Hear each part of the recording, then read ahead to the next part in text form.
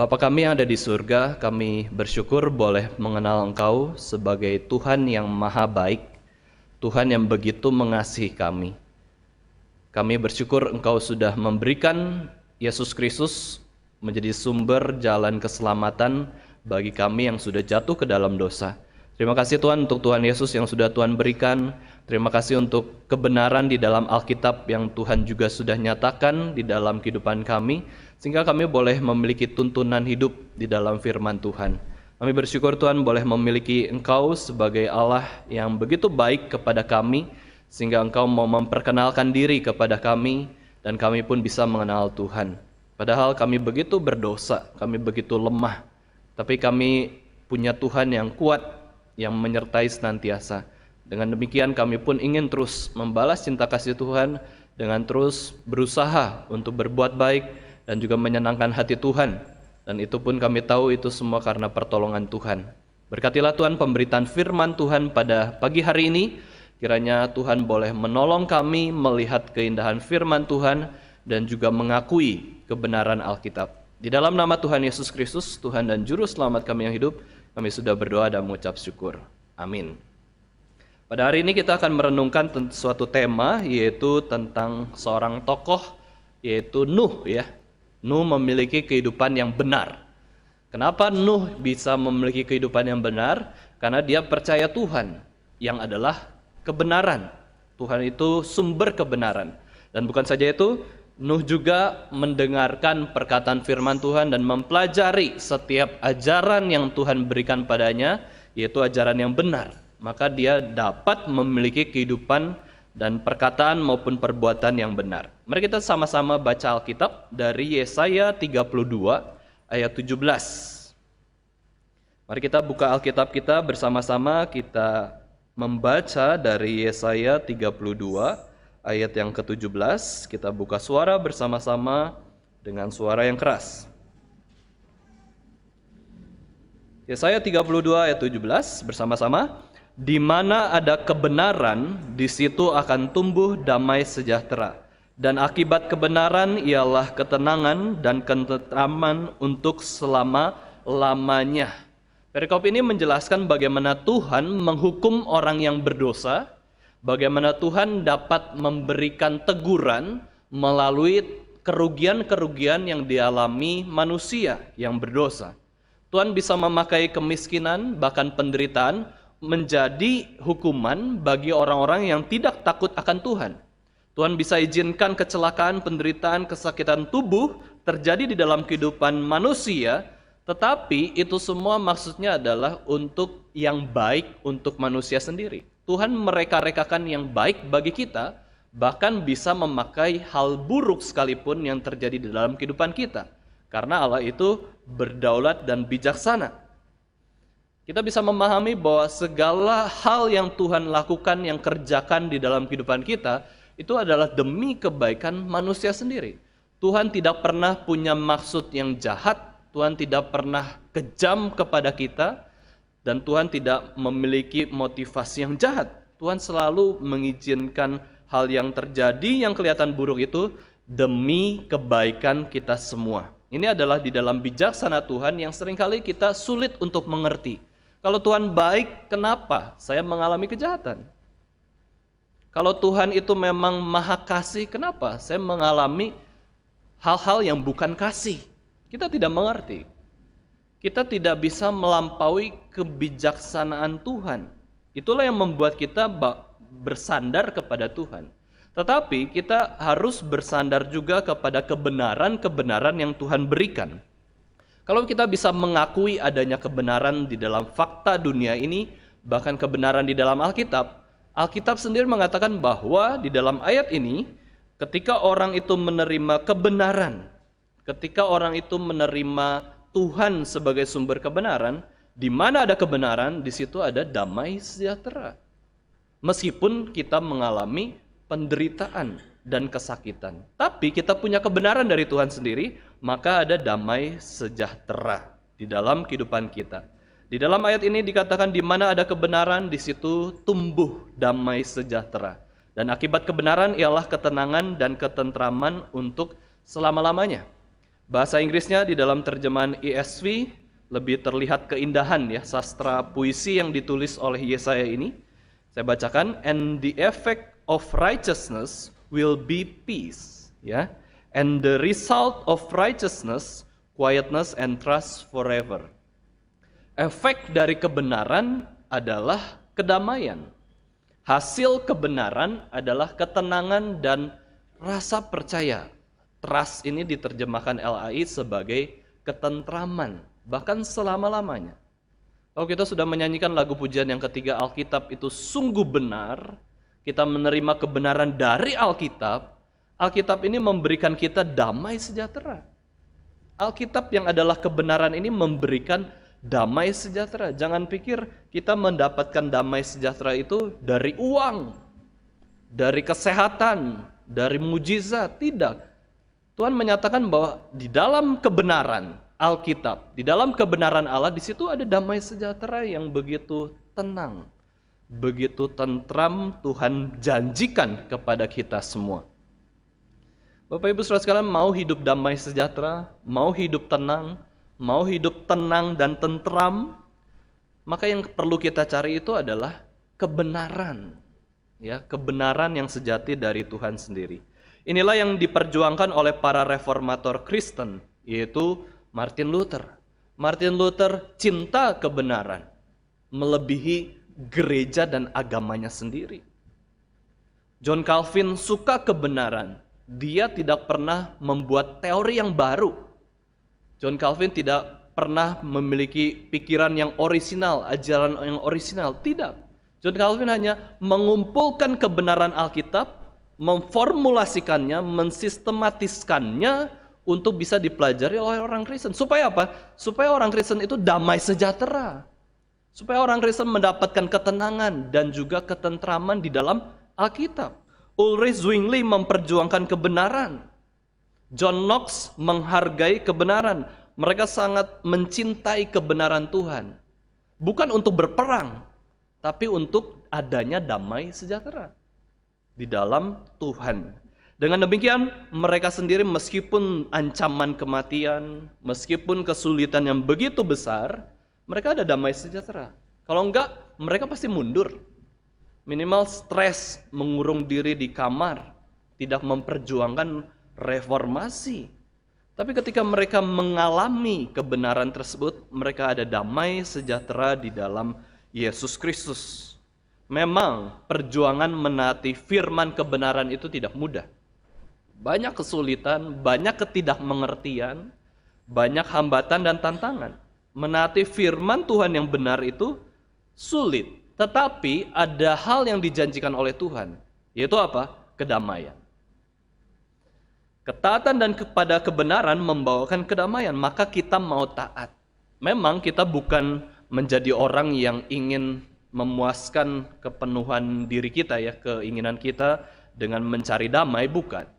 Kita ingin memuliakan Tuhan, menyenangkan Tuhan lewat kebenaran yang sudah Tuhan berikan. Tetapi ketika kita menjalankan firman Tuhan yang benar itu, Tuhan memberikan kekuatan, yaitu ada damai sejahtera kepada kita semua. Tidak mudah, tetapi itulah yang Tuhan janjikan. Ini seperti peribahasa Bapak Ibu Saudara sekalian, peribahasa bahasa Indonesia, ya, bersakit-sakit ke hulu, ya, berenang-renang ke tepian. Jalankan firman yang sulit dulu, tetapi ada damai sejahtera Tuhan berikan, asal itu kebenaran. Kalau kita menjalankan suatu ajaran yang salah, nggak ada kedamaian sebenarnya. Itu adalah kedamaian yang palsu. Perjuangan dulu, baru dapatkan mahkota. Ya, no crown without cross. Kita tahu sebagai orang Kristen kita perlu taat, dan ketaatan itu memang bukanlah hal yang mudah, ya, kepada Tuhan.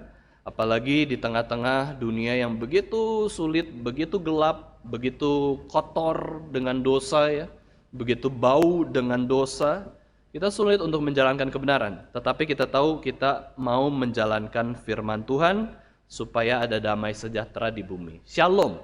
Ya, itulah yang menjadi target ataupun harapan kita ada di dalam dunia ini ketika menjalankan firman Tuhan. Nah, Bapak Ibu Saudara sekalian, Nuh adalah seorang tokoh yang memperjuangkan kehidupan yang benar, memperjuangkan kebenaran di dalam dunia yang awal pertama kali semakin bobrok. Memperjuangkan kebenaran yang pertama kali adalah dilakukan oleh Nuh. Ya, kita ingat bahwa Kejadian 1 bicara soal riwayat penciptaan langit dan bumi. Kejadian 2 fokus kepada penciptaan manusia, yaitu laki-laki dan perempuan. Kejadian 3 bicara soal manusia yang digoda oleh ular yang adalah iblis untuk jatuh ke dalam dosa, dan disitulah dunia beserta manusia itu sudah jatuh ke dalam dosa. Dan di Kejadian 4 menceritakan pertengkaran atau perang saudara antara Kain dan Habel dan keturunannya. Kejadian 5 bicara soal keturunan Adam dan Hawa siapa saja. Dan di Kejadian 6 muncullah kejahatan yang kita pahami bahwa dunia ini memang kecenderungannya menjadi jahat. Ya, setelah ada manusia semakin banyak di dalam bumi ini, kecenderungan manusia yang berdosa itu senantiasa ingin lakukan kejahatan dan lakukan dosa. Dan pada waktu itu semua menyerah. Saya pilih dosa daripada kebenaran firman Tuhan. Ya, satu persatu keluarga, bahkan anak-anak sudah lebih nyaman berdosa kok. Tuhan itu jahat. Ya, Tuhan sudah membuang kita, menghukum kita. Keturunan Kain akhirnya membenci Tuhan. Tapi ada keturunan Tuhan, keturunan umat pilihan yaitu Habel, kemudian Set, itu tetap takut akan Tuhan. Tetapi jumlahnya sangat sedikit. Orang yang memperjuangkan kebenaran dibandingkan orang yang suka akan dosa itu, kesalahan itu sedikit. Bedanya itu sangat banyak ya. Hanya sedikit orang yang mencintai kebenaran. Semakin lama di Kejadian 6 itu bicara soal kejahatan yang semakin tinggi kualitas dan kuantitasnya. Tetapi ada satu orang yang Tuhan berikan anugerah, orang tersebut tidak terpengaruh lingkungan yang jahat, tetapi beroleh kasih karunia Tuhan yang begitu besar. Itu adalah Nuh, seorang yang pertama kali memperjuangkan kebenaran. Dia ingin masyarakatnya itu melihat ada anugerah Tuhan dan juga ada penghukuman Tuhan. Kalau mereka tidak bertobat, mereka binasa.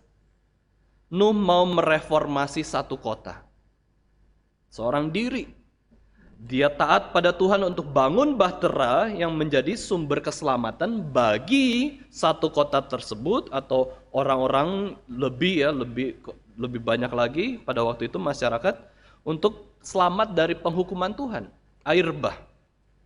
Dia kabarkan Injil dengan setia, dia taat kepada firman Tuhan.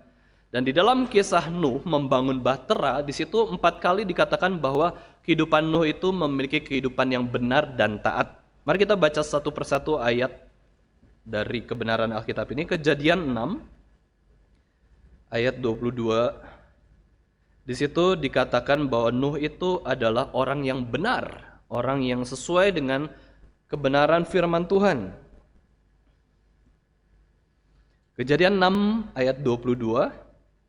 Kita akan baca bersama-sama, buka suara. 1, 2, 3. Lalu Nuh melakukan semuanya itu tepat seperti yang diperintahkan Allah kepadanya, demikianlah dilakukannya. Ya, ketika Tuhan berperintah, Nuh lakukan yang tepat sesuai dengan perintah Tuhan. Dia adalah orang yang benar. Dia adalah orang yang suka menjalankan kebenaran yang Tuhan berikan. Kita lihat lagi Kejadian 7 ayat yang kelima. Saya bacakan ya. Lalu Nuh melakukan segala yang diperintahkan Tuhan kepadanya. Benar lagi ya. Kejadian 7 ayat 9. Datanglah sepasang mendapatkan Nuh ke dalam bahtera itu, jantan dan betina, seperti yang diperintahkan Allah kepada Nuh. Nuh melakukannya dengan tepat seluruh perintah Tuhan. Dan Kejadian 7 ayat 16 mengatakan bahwa dan yang masuk itu adalah jantan dan betina dari segala yang hidup, seperti yang diperintahkan Allah kepada Nuh.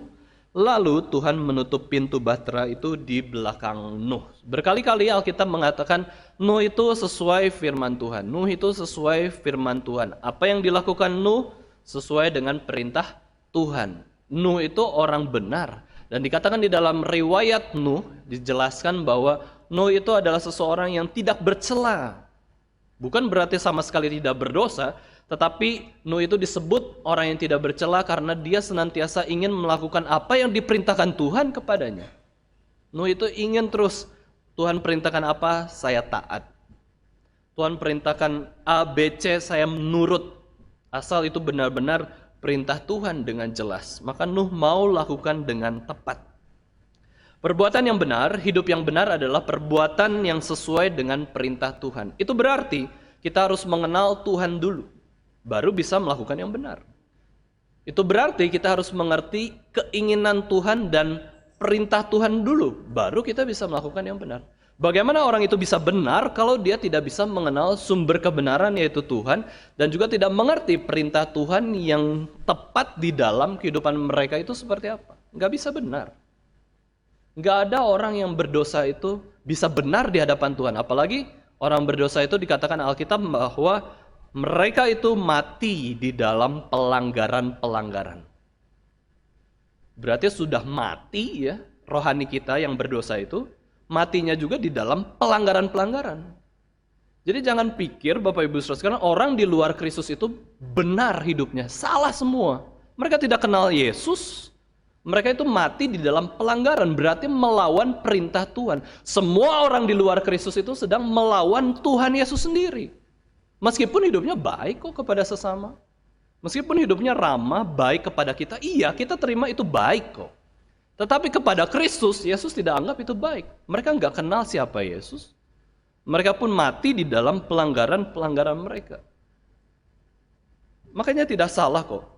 Tuhan itu memberikan hukuman yang begitu kejam bagi kita ya. Itu orang yang di luar Yesus Kristus, orang yang di luar kebenaran, orang yang tidak dibenarkan dalam Kristus, masuk neraka. Apakah Tuhan salah memasukkan orang ke neraka? Sama sekali nggak salah. Kita yang nggak tahu betapa rusaknya orang, betapa berdosanya, betapa mereka itu melanggar perintah-perintah Tuhan yang begitu banyak. Kita yang matanya buta, bukan Tuhan. Tuhan itu paling jelas melihat hati setiap orang. Kalau memang layak masuk neraka, ya layak. Kalau memang Tuhan beroleh belas kasihan untuk masuk surga, ya sudah masuk surga. Surga dan neraka itu bukan di tangan manusia. Surga dan neraka itu di tangan Tuhan. Kuncinya di mana? Yaitu kebenaran itu sendiri. Sebagai manusia yang berdosa, yang harus kita cari adalah kebenaran. Disitulah timbul damai sejahtera. Orang yang dibenarkan di dalam Kristus pasti masuk surga. Di surga itu pasti ada damai sejahtera yang begitu besar. Ya, yang begitu tentram dan aman. Nuh, Bapak Ibu Saudara sekalian ya, Nuh memperoleh kedamaian dan ketenangan dan ketentraman ketika dia taat kepada Tuhan. Di atas gunung dia naik dan membuat bahtera seorang diri dibantu dengan keluarganya, istri, anak-anak, dan mantunya. Ayo buat bahtera bersama-sama. Ayo taat sama-sama kepada Tuhan. Ayo kita menaati firman Tuhan. Mungkin ada anak-anaknya yang malas melawan Nuh, ya, menganggap Nuh aneh. Mungkin ada anak-anaknya juga yang memberontak. Ngapain sih Nuh membangun bahtera? Tahun pertama mungkin keluarganya itu taat semua, istri dan anak-anaknya. Oke lah, ini Nuh itu kepala keluarga, Nuh itu berbeda hidupnya dengan orang-orang yang lainnya. Mereka belajar taat setahun, 2 tahun, 10 tahun, 15 tahun, 20 tahun, 50 tahun, 100 tahun. Mereka mungkin berkata, ini tuh benar nggak sih Tuhan kasih perintah membangun bahtera? Mana nggak pernah ada turun hujan? Mana penghukuman Tuhan? Dan di situ Nuh yang taat seorang diri terus membangun bahtera selama 120 tahun dengan segala kesulitan yang ada di dalamnya. Permasalahan keluarga, permasalahan masyarakat, permasalahan menanti respon Tuhan. Nuh terus berjuang selama 120 tahun itu bukan hal yang mudah di dalam mentaati firman Tuhan membangun bahtera di atas gunung. Kita tahu bahwa ayah Nuh adalah Lamek, keturunan Set. Set ini adalah pengganti Habel sebagai keturunan orang yang umat Tuhan, umat ya orang yang benar ya. Mereka adalah keturunan orang yang beriman, dan Lamek ini berbeda ya dengan orang yang berdosa. Di dalam Alkitab ada beberapa nama Lamek. Lamek berumur 182 tahun ketika Nuh lahir. Lamek adalah petani yang berusaha terus untuk memanen tanah yang telah dikutuk Tuhan ya. Nah, itulah kenapa Lamek memberi nama anak laki-lakinya itu Nuh. Ya, karena apa? Karena dia berusaha untuk menanam tanaman dari tanah yang sudah dikutuk Tuhan. Dan Nuh itu berarti apa? Nuh itu memiliki arti nama yaitu rest atau comfort. Kejadian 5 ayat 29, mari kita lihat sama-sama, ini adalah arti nama Nuh. Kejadian 5 ayat 29 dikatakan bahwa Lamek ya. Lamek dan dia memberi nama Nuh kepadanya, katanya, anak ini akan memberi kepada kita penghiburan dalam pekerjaan kita yang penuh susah payah di tanah yang telah terkutuk oleh Tuhan. Jadi Nuh ini adalah penghiburan, comfort, suatu istirahat. Ya, suatu istirahat di dalam Tuhan. Warren Wiersbe menafsirkan bahwa waktu ketika Lamek menamakan Nuh, ya, dia ingat janji Allah bagaimana seorang penebus akan datang dan mengalahkan setan dan kutuk dari setan tersebut. Lamek berharap agar Nuh menjadi penggenapan janji tersebut. Maka ketika ada anak-anak yang lahir itu ya, kan ditafsirkan ini jangan-jangan adalah penggenapan janji Tuhan. Anak laki-laki yang lahir seperti itu ya. Wah, jangan-jangan ini penebus. Mereka mengira-ngira siapakah penebus. Tapi tahunya kan penebus yang akan lahir itu ribuan tahun yang kemudian. Begitu lama sekali Yesus Kristus baru lahir. Itu juga adalah penantian orang-orang di dalam perjanjian lama sampai kapan Mesias itu akan datang. Janjinya sudah sejak Adam dan Hawa. Ketika jatuh ke dalam dosa, Tuhan memberikan janji bahwa keturunan perempuan akan mengalahkan, meremukan kepala ular. Ya. Tapi janji Tuhan itu seringkali lama sekali. Ya, seringkali bertahun-tahun, seperti yang tidak kita kira. Nuh dijelaskan sebagai tipologi Yesus Kristus. Karena apa? Karena kehidupan Nuh ini mirip seperti Yesus Kristus. Ketika Nuh besar, Nuh sebagai tukang bangunan. Tapi ingat, tukang bangunan apa? Tukang kayu juga. Membangun bahtera, perahu yang sangat besar. Itu Nuh. Tetapi ketika membangun bahtera tersebut, Nuh juga dikatakan sebagai pemberita Injil. Ya, seorang tukang bangunan dan seorang pengkhotbah. Yesus Kristus juga adalah seorang tukang kayu dari Nazaret, tetapi kemudian dia menjadi pengkhotbah. Ya, mirip, ya, ada suatu tipe, ya, ini mirip Yesus Kristus. Nuh menjadi teladan agar orang selamat dari hukuman Allah. Ya, memberikan jalan, memberikan teladan. Ini kebenaran, kalau mau selamat, ya bisa memasuki bahtera. Demikian juga Yesus adalah jalan orang diselamatkan dari murka dan hukuman Allah. Mirip ya. Seringkali di dalam Alkitab itu memang Tuhan menunjukkan ada orang-orang tertentu yang sangat mirip dengan Yesus Kristus, atau bahkan ada bagian-bagian peristiwa atau kisah-kisah benda seperti itu yang mirip seperti Yesus Kristus. Itu berarti apa? Ada Injil yang sedang disebarluaskan dengan lebih kelihatan, lebih menonjol. Banyak orang bergumul, Bapak Ibu Saudara sekalian ya, apakah di dalam dunia ini ada orang yang tidak pernah mendengarkan Injil Kristus? Ada enggak? Katanya satu-satunya sumber jalan keselamatan itu Yesus Kristus. Masa sih ada orang yang sampai dia mati tidak pernah dengar Injil Kristus? Jawabannya adalah Alkitab memang tidak tahu. Ya, bukan tidak tahu ya, tidak memberitahu. Ya, dan itu bukan fokus kita mencari tahu. Apakah semua orang itu harus dengar Injil Kristus? Kita nggak tahu. Tuhan juga nggak kasih tahu lewat Alkitab kok. Mungkin ada yang tidak pernah dengar Injil Kristus dari bayi sampai dewasa, kemudian dia meninggal. Ya. Bahkan bayi pun ada yang belum tentu mendengar Injil Kristus ya, belum tentu. Tetapi saya berpendapat Bapak Ibu Saudara sekalian ya, orang itu semuanya secara tidak langsung itu mendengarkan atau memahami, menerima kabar baik dari Tuhan sendiri. Karena Yesus Kristus, Allah sendiri memberikan wahyunya ya. Wahyu secara umum berarti semua orang itu sudah diberikan atau mendapatkan pengenalan akan Tuhan. Memang tidak sampai ke penebus ya. Allah penebus itu tidak diterima oleh orang yang menerima wahyu umum.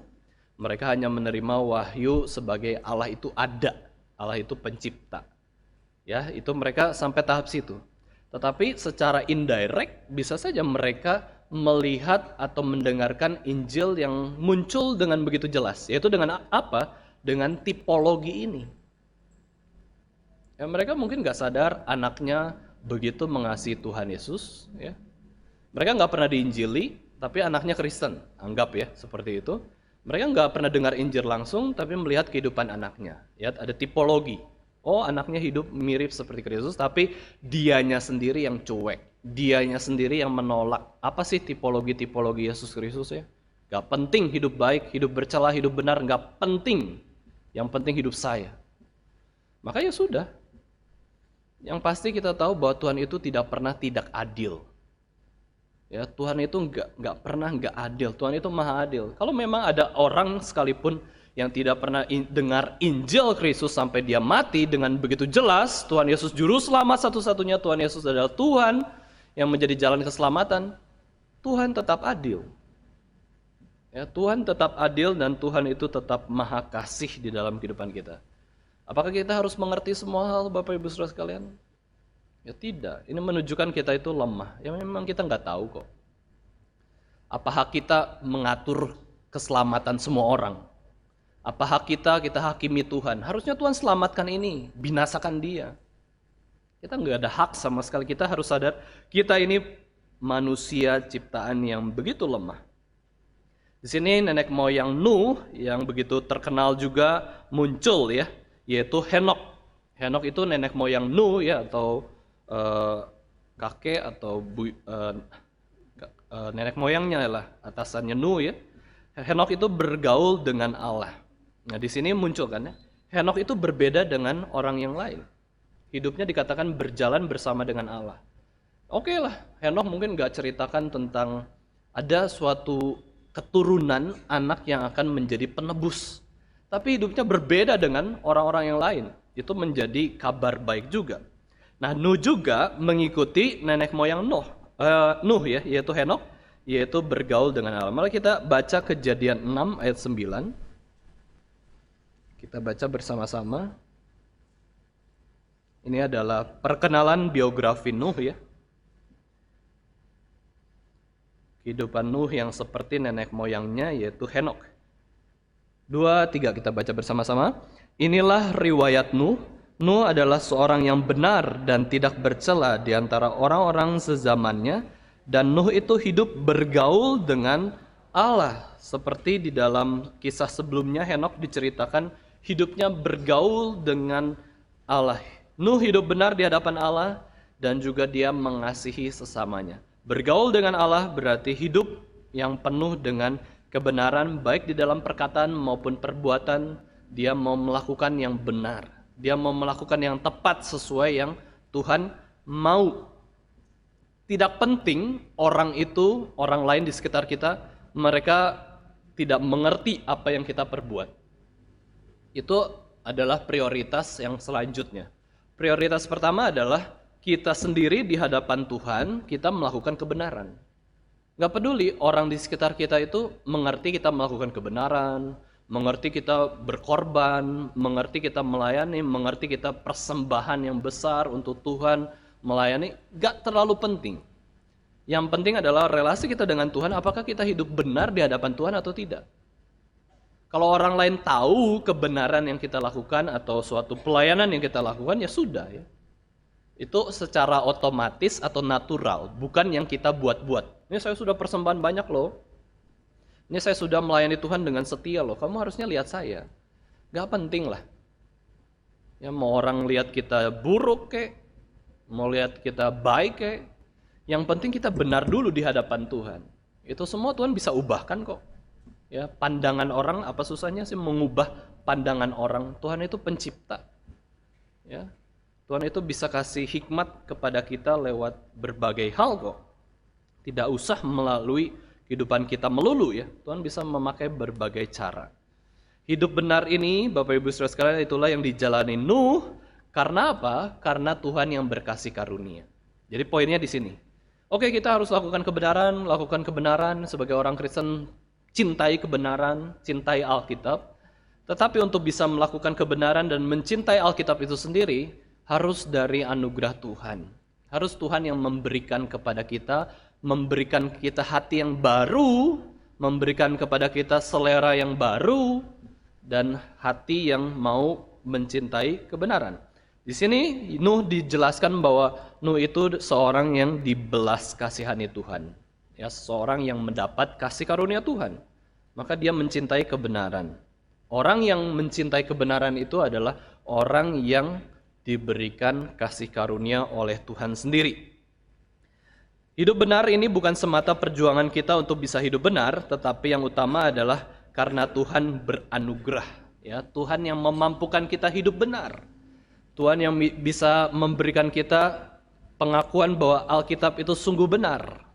Kita sudah melihat ya, bagaimana seseorang itu bisa percaya Alkitab itu sungguh benar, ujung-ujungnya adalah anugerah Tuhan. Meskipun kita bisa jelaskan secara logika ya, bahwa sejarah Alkitab itu luar biasa indah, 40 orang penulis dari seluruh latar belakang berbeda, dari zaman yang berbeda, ya orang yang berbeda, umur yang berbeda.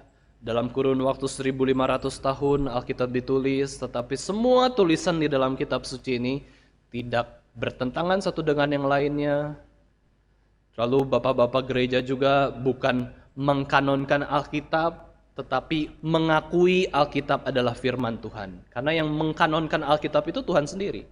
Sadar atau tidak sadar, Bapak Ibu Saudara sekalian, 66 kitab ini yang mengkanonkan itu adalah Tuhan sendiri. Sama seperti Tuhan itu menetapkan satu hari Sabat, ya satu hari Sabat di dalam seminggu itu harinya beribadah kepada Tuhan.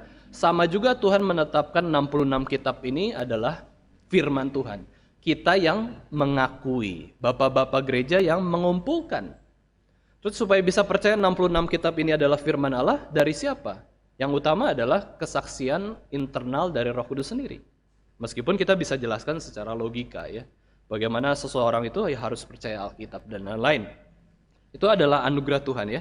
Nuh dan keluarganya adalah orang yang berdosa yang diselamatkan dari air bah juga. Itu berdasarkan anugerah Tuhan. Ya, berdasarkan pengenalan Nuh kepada Tuhan, dia mau taat, dia mau melakukan hal yang benar. Masyarakat pada zaman Nuh adalah masyarakat yang melakukan perkataan dan perbuatan yang berdosa. Ini sangat kontras dengan apa yang dilakukan oleh Nuh sendiri, yaitu mau melakukan kebenaran.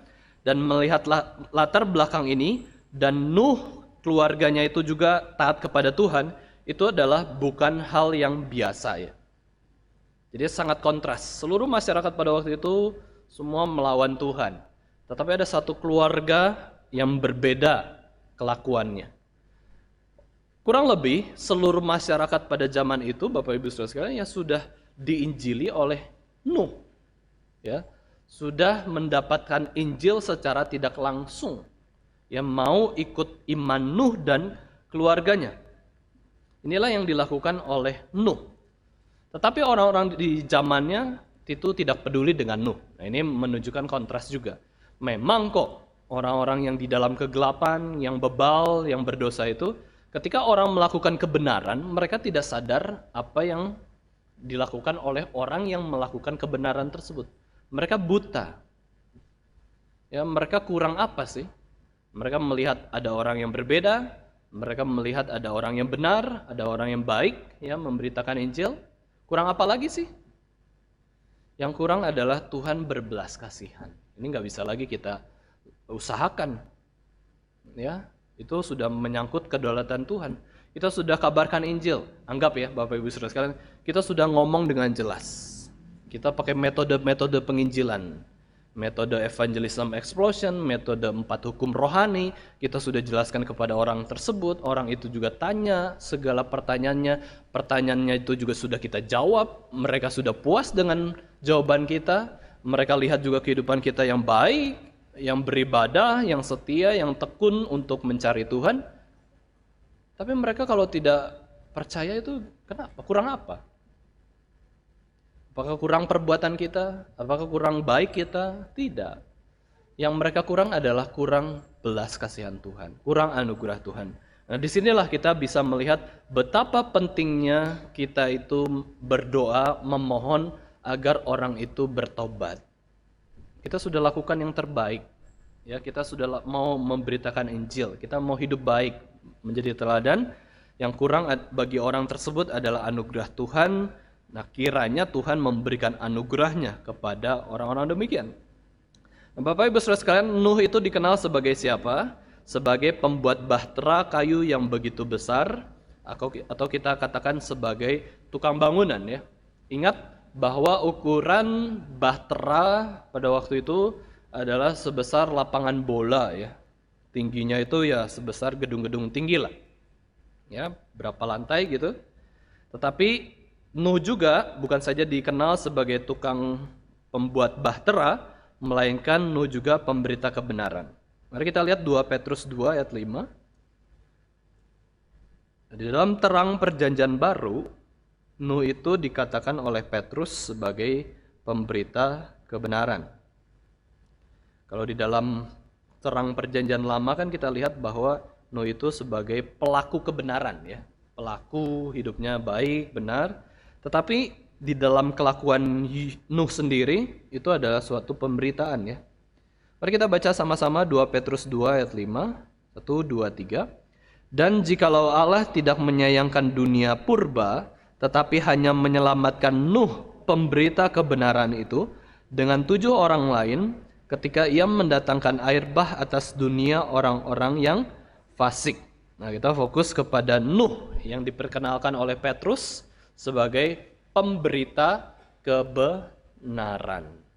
Ya, pemberita kebenaran, dia menyatakan kebenaran. Namanya pemberita berarti ada orang yang mendengar beritanya atau mengetahui apa yang menjadi pesan Nuh. Itulah kenapa kita bisa katakan bahwa Nuh itu adalah orang yang terus memberitakan kebenaran, mengajak orang, ayo masuk ke bahtera supaya bisa selamat. Binatang-binatang aja masuk kok. Ya, binatang-binatang aja masuk. Ya, itu menunjukkan bahwa kayaknya manusia itu lebih kurang tidak mengerti daripada binatang ya. Binatang aja nurut kok. Manusia itu berarti melawan Tuhannya itu melebihi binatang. Maka Tuhan itu tidak menyayangkan kok begitu banyak orang mati di air bah tersebut. Cuman Tuhan juga sadar ya, Tuhan juga memang sedih sekali ketika melihat air bah menenggelamkan banyak orang mati itu karena kehabisan nafas. Mungkin ada yang melayang-layang di atas kayu, berjuang untuk bisa hidup ya selama berhari-hari. Mereka menangis, mereka menyesal mungkin ya, waktu air bah itu menutupi bumi. Tuhan menyesal, Tuhan ya bersedih lah. Kata yang lebih tepat itu bersedih ya. Tuhan tidak menyesal dia mengirim air bah, itu tidak salah kok. Itu memang layak bagi orang-orang yang berdosa. Tetapi Tuhan sangat sedih sekali sehingga pada akhirnya Tuhan pun berjanji kepada Nuh ya dan seluruh keturunannya. Ya, kita sendiri adalah keturunan lanjutan yang begitu panjang. Tuhan tidak akan mengirimkan air bah lagi. Ya, Tuhan tidak akan mengirimkan air bah lagi untuk menegur dosa-dosa manusia yang begitu jahat dan besar. Ya, Tuhan sudah memberikan belas kasihannya.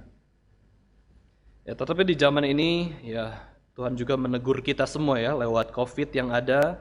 Tuhan pakai COVID juga untuk seluruh dunia. Ya, seluruh dunia ini menghadapi masalah yang sama supaya kita semakin mengenal Allah yang benar itu.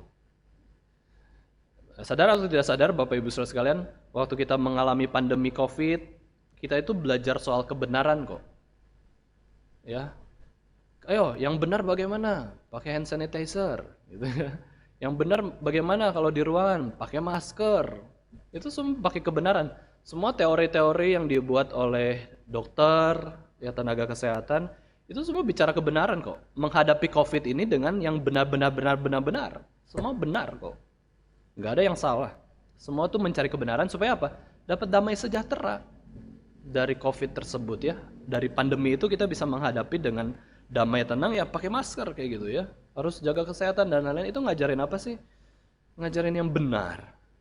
Dari ngajarin yang benar seharusnya mengenal Allah yang benar itu bagaimana. Ada satu masalah kalau manusia juga bisa menasihati ajaran-ajaran yang benar bagaimana. Kalau ada masalah di dalam kehidupan kita ya kita datang kepada Tuhan. Tuhan kasih tahu yang benar itu bagaimana hidupmu. Harusnya bagaimana. Nah itulah ya Tuhan kita. Dia terus mengasihi kita dan terus menyatakan kebenarannya kepada kita. Nuh adalah orang-orang yang benar, ya, orang yang benar, dan dia punya hak untuk mendeklarasikan pesan milik Allah sendiri. Dia menjadi pemberita kebenaran. Allah menentukan bahwa umat manusia mendapatkan 120 anugerah Tuhan. Ingat ya, jangan pikir, wah Allah itu kejam. Ya, seluruh dunia pada waktu itu kena air bah, semua orang mati kecuali 8 orang, Nuh dan keluarganya. Jangan lupa ya, air hujan dari langit itu 40 hari kurang lebih kan, sampai memenuhi bumi, hujan tidak berhenti, bumi penuh dengan air. Kemudian waktu masa Nuh di atas bahtera itu kurang lebih 7 bulan. 7 bulan. Anggaplah malapetaka itu tuh 7 bulan 40 hari. Bandingkan dengan anugerah Tuhan waktu membuat bahtera. Nuh membuat bahtera itu 120 tahun. Tuhan kurang kasihnya apa sih? 120 tahun mereka masih bisa hidup. Mereka masih bisa beranak cucu. Mereka ada yang mati juga dalam 120 tahun tersebut. Tuhan kasih cuaca yang indah. Tuhan kasih makanan. Tuhan kasih tempat tinggal. 120 tahun grace period tersebut, masa anugerah tersebut sudah berhenti. Tuhan hentikan anugerahnya dengan mulai 40 hari, 40 malam hujan tidak berhenti. Mereka mati semua.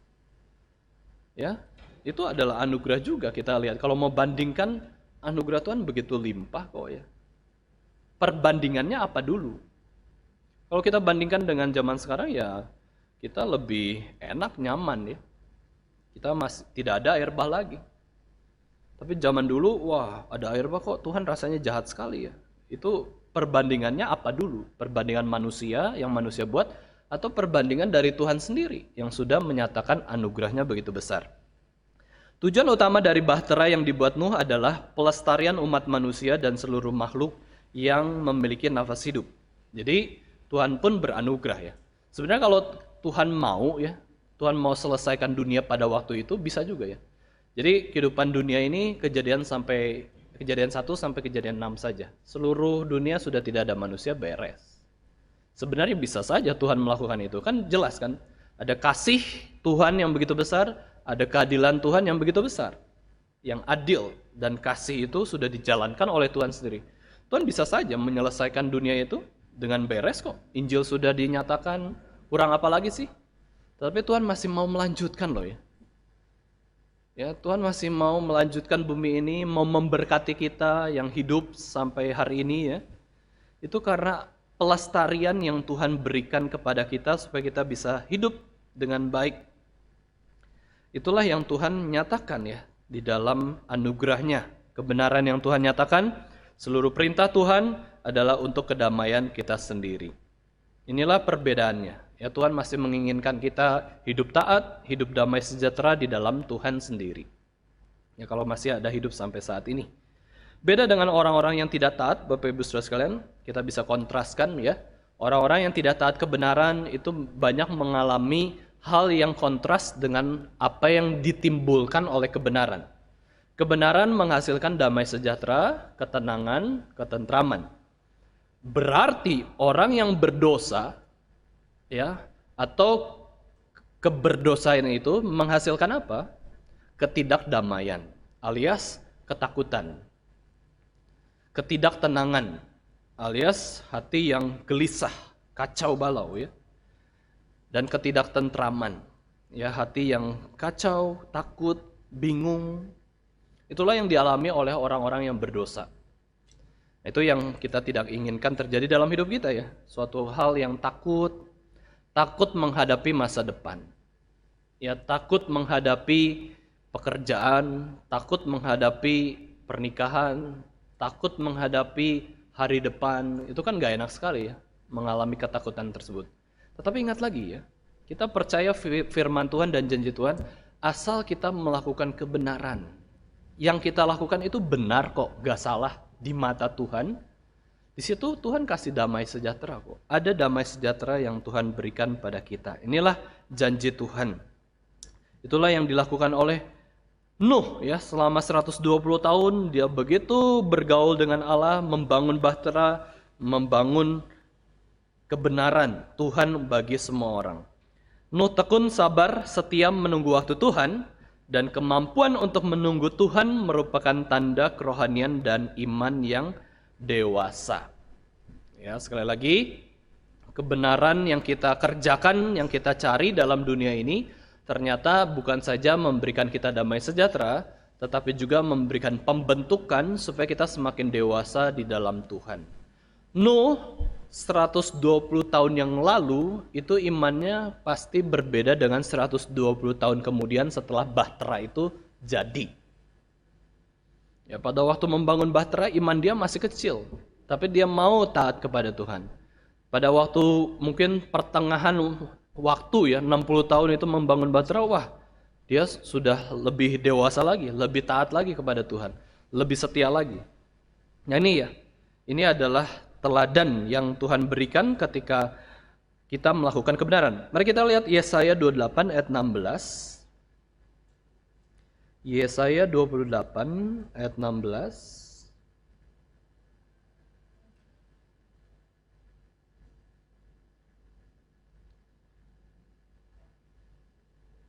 Kita baca bersama-sama, kita buka suara. Yesaya 28 ayat 16. 2, 3.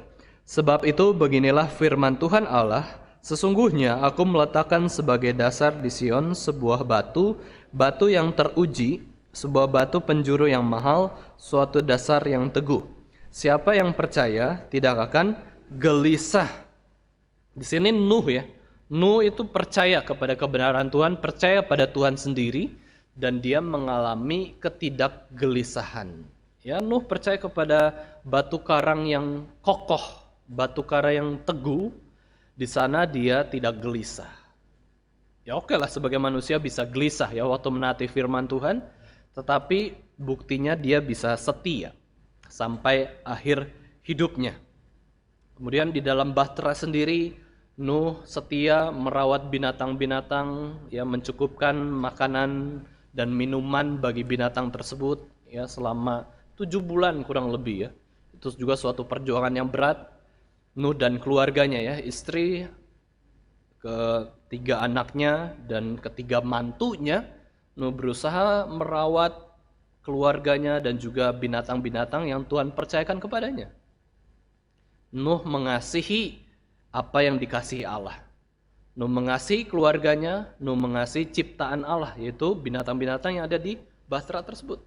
Kemudian setelah waktunya ya, setelah tiba waktunya, Nuh dan keluarganya mengalami perubahan situasi. Ya, air bah mulai surut, bumi sudah mulai berubah. Bumi yang tadinya kering ya, tapi air itu masuk ke dalam bumi. Ya, sehingga di bumi itu mengalami perubahan iklim, perubahan atmosfer. Bumi sekarang sudah bercampur dengan air ya. Kemudian mereka tiba ya, mendarat di gunung, di satu gunung, di Gunung Ararat ya, mendarat dan akhirnya mereka bisa menjejakkan kaki kembali setelah terombang-ambing di atas air yang begitu besar. Mereka jejakkan kaki kembali di dasar bumi, di daratan. Ya, mereka kemudian apa? Ya, hal pertama yang Nuh lakukan adalah ketaatan kepada Tuhan lagi. Memang di dalam Alkitab, Bapak Ibu Saudara sekalian, tidak ada catatan bahwa Tuhan itu memerintahkan Nuh untuk mendirikan mesbah dan mempersembahkan korban-korban. Tetapi ketika dia memasuki dunia yang baru ya, suatu bumi yang baru, dia sadar, ini adalah anugerah Tuhan. Saya masih bisa hidup, saya sudah tua. Saya masih bisa menikmati janji Tuhan. Apa yang Nuh lakukan? Yang Nuh lakukan adalah mempersembahkan korban. Dia ambil binatang, dia persembahkan korban bagi Tuhan. Ya, Tuhan itu adalah yang pertama dan utama. Padahal ada perintah nggak? Nggak ada. Tapi itu perintah Tuhan nggak? Kehendak Tuhan. Kehendak Tuhan. Ya, Tuhan ingin agar kita tuh punya hati yang mengucap syukur setelah diberikan anugerah oleh Tuhan. Kita mempersembahkan korban kepada Tuhan. Maka kita pakai prinsip ini di dalam liturgi ibadah ya. Di dalam liturgi ibadah kan kita ketika merasakan anugerah Tuhan, baru persembahan. Ya, ketika firman Tuhan diberitakan selesai, baru persembahan. Gak kebalik kan ya, persembahan dulu. Memang sih kita bisa merasakan anugerah Tuhan tanpa harus mendengarkan khotbah lebih dulu. Tetapi prinsip ini kita pegang ya. Kita baru saja mendapatkan anugerah Tuhan, baru saja mengenal Tuhan lebih dalam lagi, baru saja ditegur Tuhan, dikasihani Tuhan, kita mau memberikan persembahan kepada Tuhan. Nah ini dari Nuh ya, ada liturgi ya, setelah firman baru persembahan. Ya, Nuh mendirikan mezbah, mempersembahkan korban-korban. Ini adalah suatu respon yang indah dan benar dari Nuh. Nuh melakukan kebenaran ketika meresponi anugerah Tuhan. Ada berkat Tuhan, kita mengucap syukur. Ini yang unik ya. Di dalam Roma 12 ayat 1 juga itu merupakan sebuah urutan.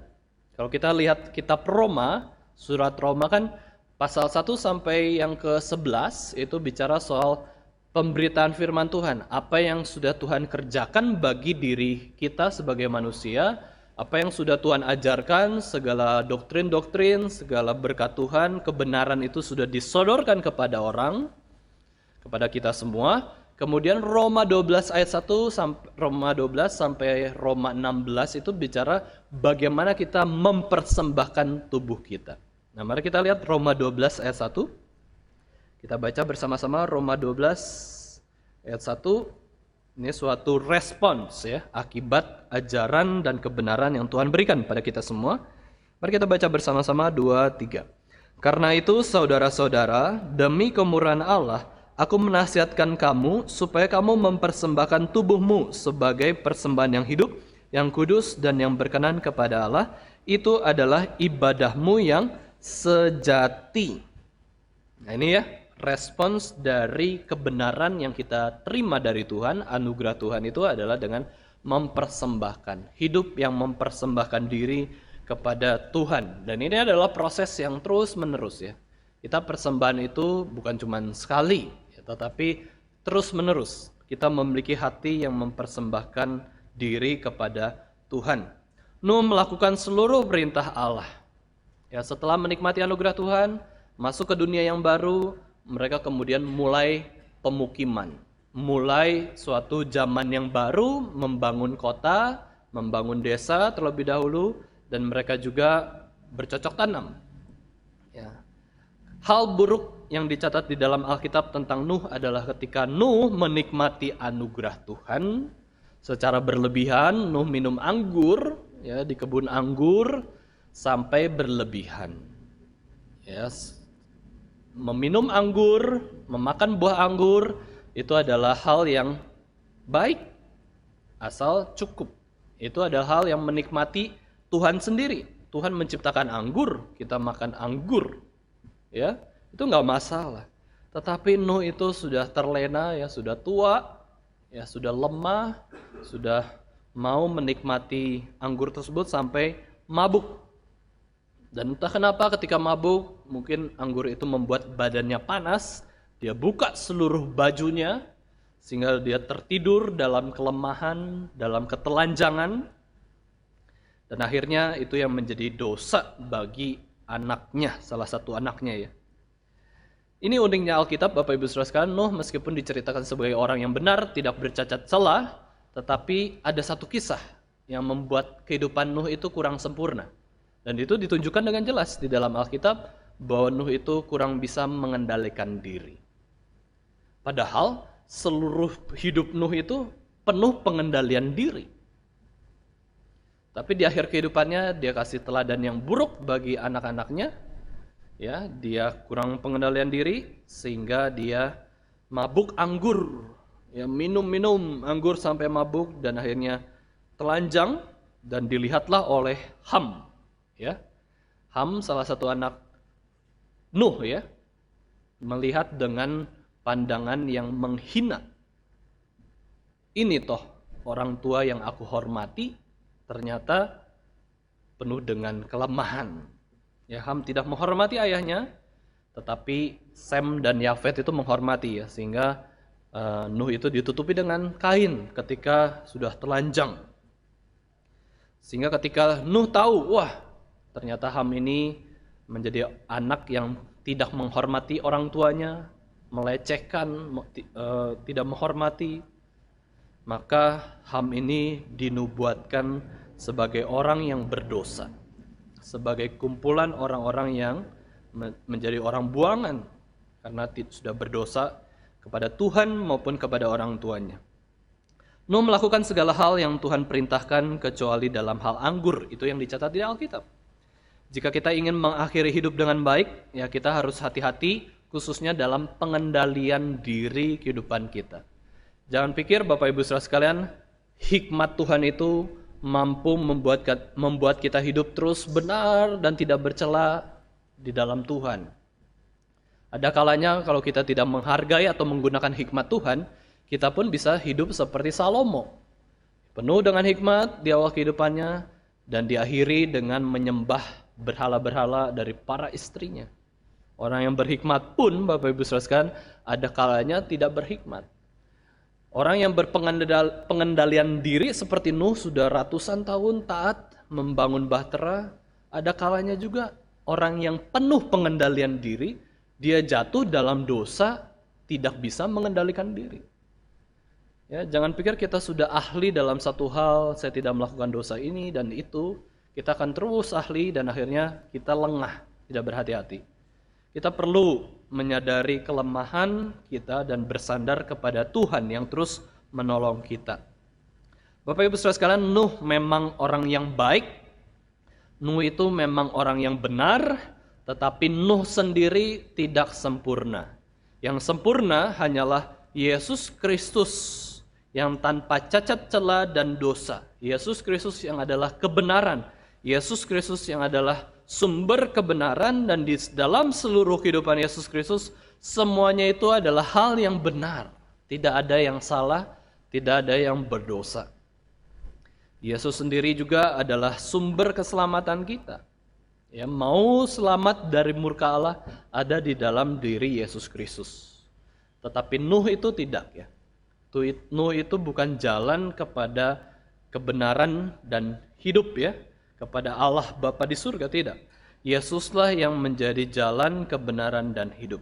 Nah, Bapak Ibu Saudara sekalian, mari kita sebagai pengikut Yesus Kristus, kita boleh menjadi orang yang semakin hidup kudus dan benar di hadapan Tuhan. Martin Luther pernah mengatakan bahwa kita ini adalah simul justus et peccator. Kita ini adalah orang benar, sudah dibenarkan di dalam darah Yesus Kristus, tetapi sekaligus juga adalah orang yang berdosa. Yang harus lebih menonjol bukanlah dosa, melainkan kebenaran. Kita masih bisa berdosa, karena kita masih orang berdosa. Tetapi kita sudah dibenarkan dalam Kristus, kita bisa melakukan kebenaran yang diakui kebenaran oleh Yesus Kristus. Maka itulah yang terus harus kita lakukan. Ya, kebenaran dari Kristus itu kita harus tonjolkan. Kalau kita memang mau setia, setia. Ya, suatu hal yang menonjol itu akan kelihatan ketika apa Bapak Ibu Saudara sekalian? Yaitu ketika sering dilakukan.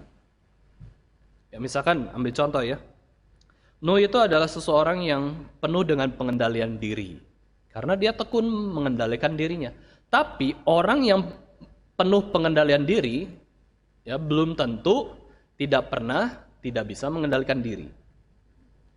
Sekarang orang benar ya. Orang benar. Oke, orang benar itu orang seperti apa? Orang yang sering melakukan kebenaran Kristus. Tetapi bukan berarti orang benar itu tidak pernah jatuh ke dalam dosa. Kita jatuh betul. Tetapi yang lebih sering kita lakukan adalah kebenaran. Orang yang malas belum tentu tidak pernah rajin. Orang malas itu rajinnya sekali-sekali ya, setahun sekali gitu ya. Tetapi orang rajin itu malasnya ya sedikit. Nah, itu ya, kita bisa pahami kalau kita mau menonjolkan sesuatu atau membuat orang itu sadar ya tentang kebenaran Kristus, ya lakukan yang lebih sering itu adalah kebenaran. Ya lakukan lebih sering lah. Kita bukan tuntutan kita jangan muluk-muluk lah sebagai manusia berusaha lakukan kebenaran tanpa dosa misalkan ya. Itu terlalu muluk-muluk. Cobalah Bapak Ibu Saudara sekalian, kalau belum sering baca Alkitab, lebih sering baca Alkitab. Kalau belum sering berbuat baik, lebih sering berbuat baik. Kalau belum sering ke gereja, aktivitas melayani di gereja, cobalah lebih sering. Ya, karena apa? Kebenaran kok. Kita melakukan kebenaran untuk memuliakan Tuhan. Mari kita lebih sungguh-sungguh cintai firman Tuhan, Alkitab, cintailah kebenaran. Jadilah orang-orang yang taat kepada firman Tuhan. Dan kita ingat juga bahwa berbahagialah orang yang lapar dan haus akan kebenaran karena mereka akan dipuaskan. Dipuaskan oleh apa sih Bapak Ibu Saudara sekalian? Oleh damai sejahtera, oleh ketenangan, oleh ketentraman yang Tuhan berikan kepada kita semua. Amin. Mari kita sama-sama berdoa.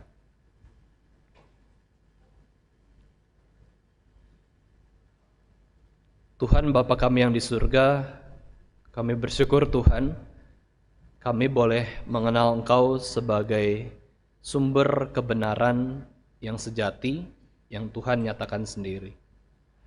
Ampuni kami Tuhan, di dalam kehidupan kami seringkali kami mengabaikan kebenaran-kebenaran ajaran firman Tuhan yang Tuhan nyatakan.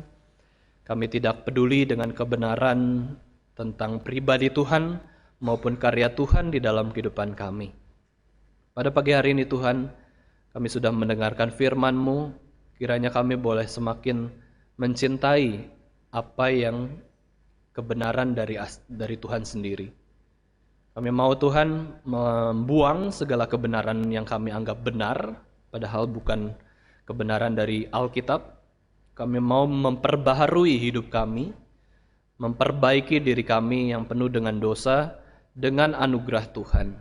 Kiranya Roh Kudus memampukan kami untuk melakukan kebenaran, melakukan perintah-perintah Tuhan yang sudah Tuhan nyatakan di dalam Alkitab. Terima kasih Tuhan untuk anugerah dan kebaikan yang sudah Tuhan berikan pada kami. Kami serahkan hidup kami persembahkan hidup kami di dalam nama Tuhan Yesus Kristus.